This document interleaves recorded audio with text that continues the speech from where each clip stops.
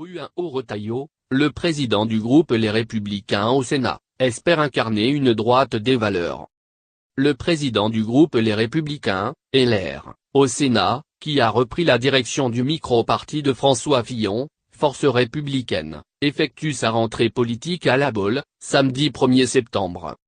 La démission de Nicolas Hulot sonne-t-elle le glas de l'engagement des ministres issus de la société civile? Elle est révélatrice, tout comme l'a été l'affaire Benalla, de la fin du Nouveau Monde.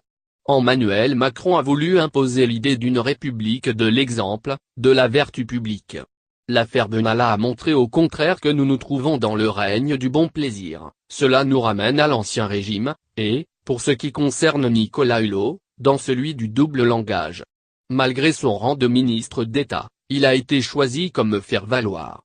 C'est terrible qu'un ministre vienne devant un micro pour dire qu'il s'était menti à lui-même. Les Français sont passés d'un espoir, il y a un an, à un doute, et désormais à la désillusion. La verticalité d'Emmanuel Macron n'est souvent que l'exaltation de sa propre personnalité, un narcissisme plutôt qu'une autorité de l'État rétablie.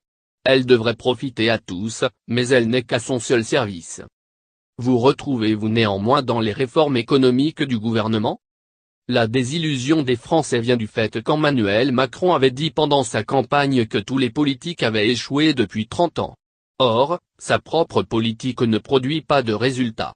Sur le plan économique, nous sommes à la traîne en Europe, avec une croissance en baisse et un déficit public qui ne cesse d'augmenter. Nous avons le record mondial de la dépense publique et des impôts.